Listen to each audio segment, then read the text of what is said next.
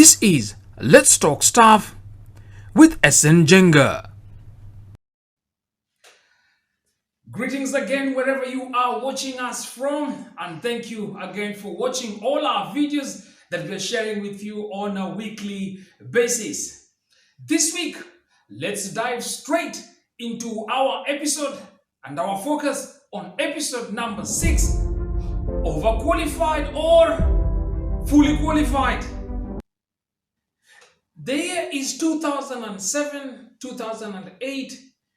This year, following a disputed presidential election in my country, the aftermath of the PEV or post-election violence brought the nation on its knees.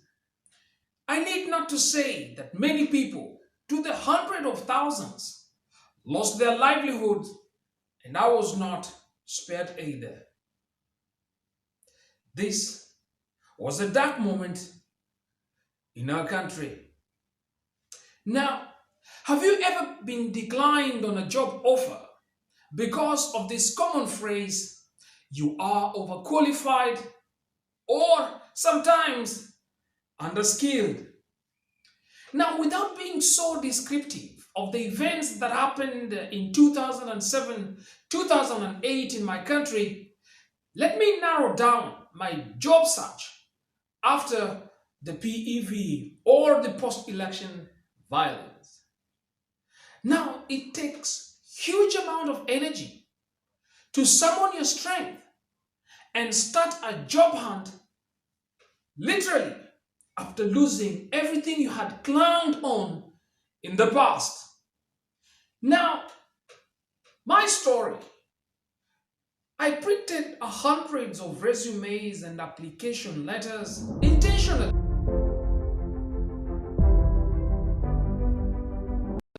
And I started moving from one establishment to the other, from one school to another institution of higher learning, from one media house to the other, from one studio to the other.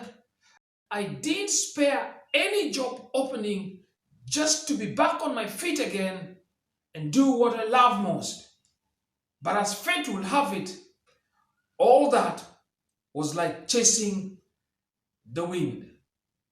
Now, the job hunt, the search for the job, became a job by itself. Now, let me paint a picture for you.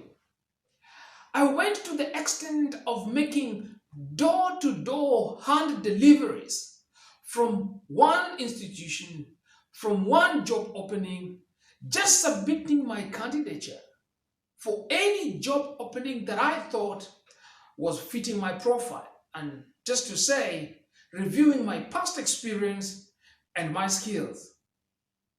I'm so certain that many people can be able to resonate with that experience that I went through of job seeking. But worst is yet to come. Now, days turned into weeks. Weeks opened up to make months, and months rolled up into 1 year. And after 1 year of unsuccessful job search, I called myself to a meeting just to review, why was I getting this similar feedback or response from recruiters, employers, or even potential companies? You are overqualified. Something until to date does not ring in my mind. You are overqualified. And the irony is, they will send an email or even send a letter to you saying, "Dear candidate, following a successful interview, we wish to regret and apologize that this role does not fit with you. You are overqualified. You are overqualified." It's after this challenging experience that made me appreciate every opportunity and look forward to change this narrative of you are overqualified or you are underskilled. In fact, within myself, I said, One day, given a chance, if I will have an opportunity to be in a position of influence whereby I will be required to give a feedback to a candidate, I will avoid these two words. You are overqualified or you are underskilled. When I got a call to join a five-star hotel in Dubai, this was in the year 2009. This call was for a job of a cleaner. Now, during the interview, which was a telephone interview, the manager kept on asking me repeatedly, over and over again. He used to ask me, he was constantly asking me this one question. Do you really know what you're being hired for? And I tend to have this sense of thinking that he was not convinced that I knew what I was getting myself into. Now, considering that he had my profile and he had my resume, he knew my skill set, he knew my experience, he knew my background, and he had already done a background check of what I was able to do, he wasn't convinced that I really knew what I was getting myself into. And for the last time, he asked me, do you understand the job that you're coming to do? And I told him, just by the name of the job description, cleaner, I told him, yes, I'm coming to clean. And he said, okay, if you know you're coming to clean the beach, then you're hired. And of course, shortly, I got my confirmation letter and they hired me, and I flew all the way from my country and I started working as a cleaner in Dubai in one of the prestigious hotel that is a brand to be reckoned with until today. Now, this was after I expressed my interest for the role, knowing very well that the job was just an entry-level job. And so, when I was hired and I was recruited, I purposed within me that this job role will not define who I am. If I had not been given a chance, irrespective of my so-called overqualification for that role, I will not be where I am today. Now, the position that I'm sitting in right now, I have the opportunity of changing that narrative of you are overqualified or you are underskilled. I think there is a shift. And today, it's no longer business of declining candidates with remarks of you are overqualified.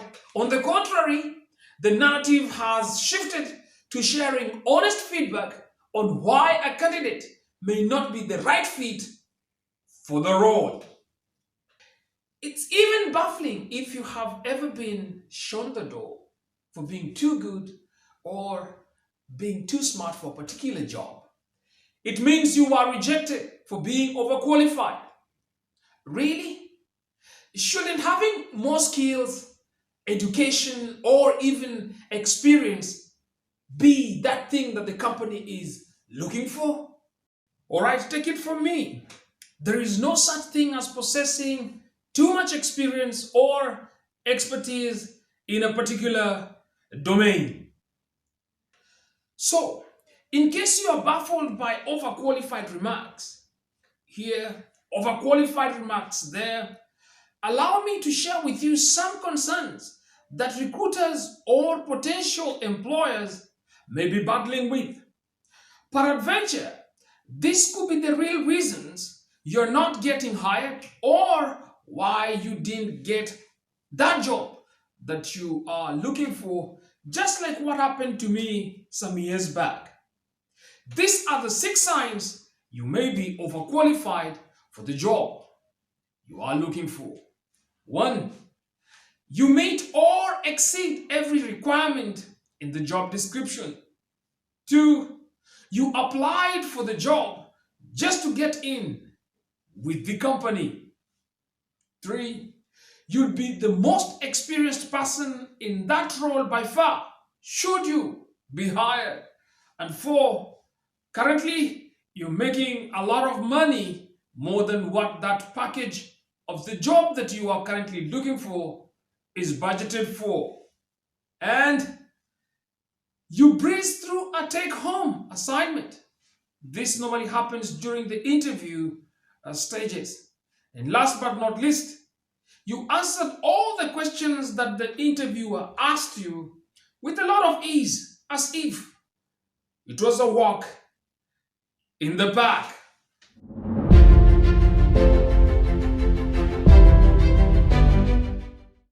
Now, as we share the simple truth of the week, this week, I quote the words of Gian Nagpal, the author of the book The Future Ready Organization, on how dynamic capabilities management is reshaping the modern workplace.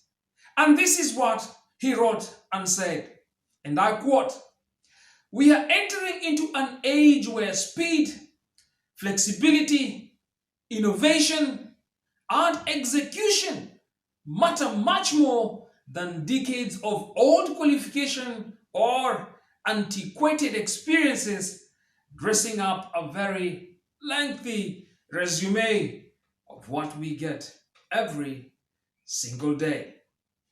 Now, friends, when hiring, hire attitude first, skills and knowledge, that one we can work on it when we have the new candidate on board. And when it's all said and done, thank you for watching Let's Talk Staff this week on episode number 6. And gradually we are making progress. And if you have any experience you want to share with us, please drop me a line on the handles running down on your screen. And don't forget to subscribe to our YouTube channel. And we welcome you every single time to click, to comment, and to subscribe. And as we always say it from LTS, that means Let's Talk Stuff. This will be our gospel now and even in the days to come. Remember, the most highly valued asset of any successful company remains to be the staff.